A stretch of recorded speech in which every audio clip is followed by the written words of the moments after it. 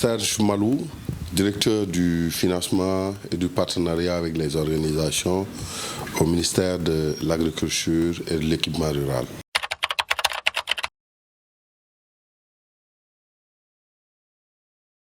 Permettez-moi tout d'abord de vous remercier de m'avoir donné encore une fois, pour une énième fois, une tribune d'expression pour parler du secteur agricole, secteur dont je fais partie, des plénipotentiaires, comme je l'ai dit en tant que directeur du financement et du partenariat avec les organisations au ministère de l'Agriculture. La situation elle est dramatique parce qu'aujourd'hui nous assistons à une dépression de manière globale des économies mondiales. Et en chef les États-Unis, première puissance, deuxième puissance la Chine, qui sont en train de subir une véritable hécatombe économique. Et s'en suivent aussi les autres pays d'Europe. Donc globalement, c'est une crise très profonde que le monde est en train de vivre. Et l'OMS, la FAO comme la Banque mondiale et toutes ces organisations alertaient déjà sur une pénurie alimentaire qui se profile à l'horizon.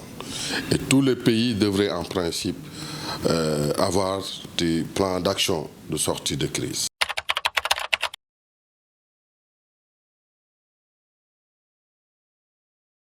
Bon, globalement, parce que ces craintes-là sont dues par le confinement, le premier élément, par le confinement.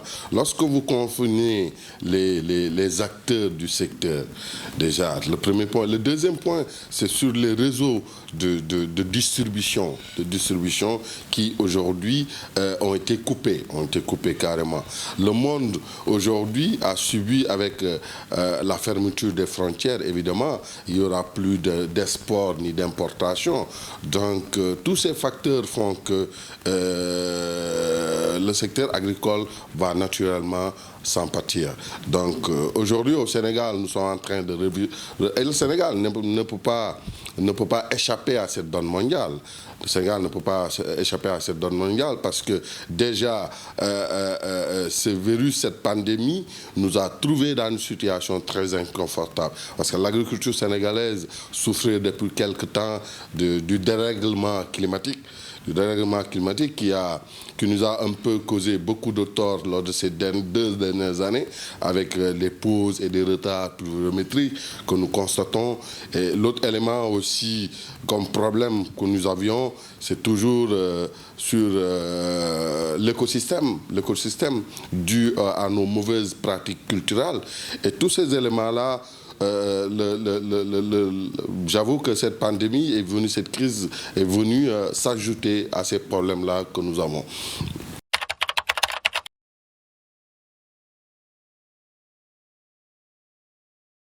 Bon, là, le ministère de l'Agriculture et de l'équipement rural, je pense que sont en train de réfléchir sur un plan d'action pour sortir le Sénégal, l'agriculture sénégalaise de cette pandémie qui est internationale.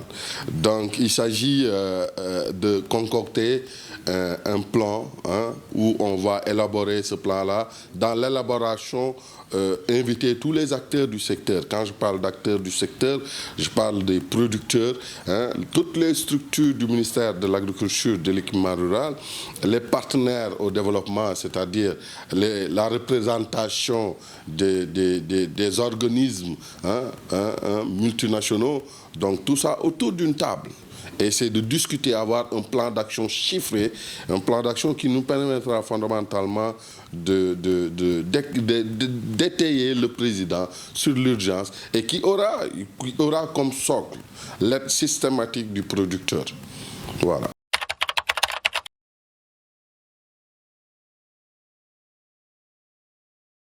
Je pense que ce sera à ma qualité de plénipotentiaire, je ne peux pas dire ma position personnelle. Par contre, ma position sera la position du ministère de l'Agriculture et de l'équipement rural. Je ferai certainement partie de ceux qui vont concocter ce plan-là pour l'amener sur la table du président pour validation, pour qu'on puisse, en tout cas pour que le secteur agricole ne puisse pas être touché profondément.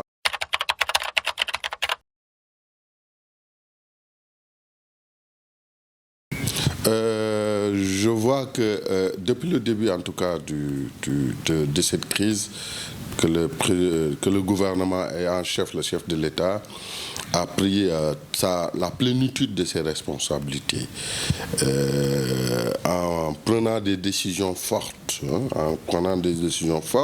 comme la fermeture de nos frontières, comme l'état d'urgence et d'autres mesures pour un peu endiguer cette pandémie sur le territoire national. Donc c'est à saluer.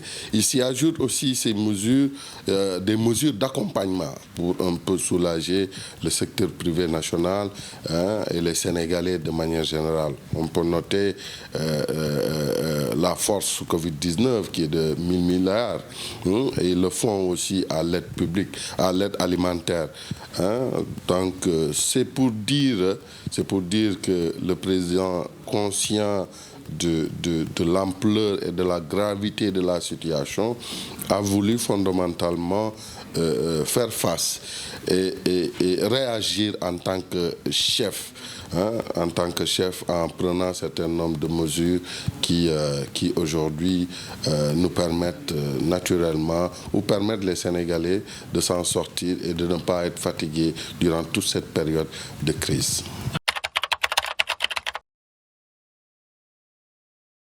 Bon, je tiens à remercier, à vous remercier déjà, comme je l'ai fait dès le début, dès l'entame de mes propos, et dire aux Sénégalais de continuer à respecter les mesures d'hygiène et les mesures sanitaires, de respecter l'état d'urgence et de faire confiance au gouvernement qui est en train de contrôler la situation et d'encourager et de prier pour un Sénégal debout.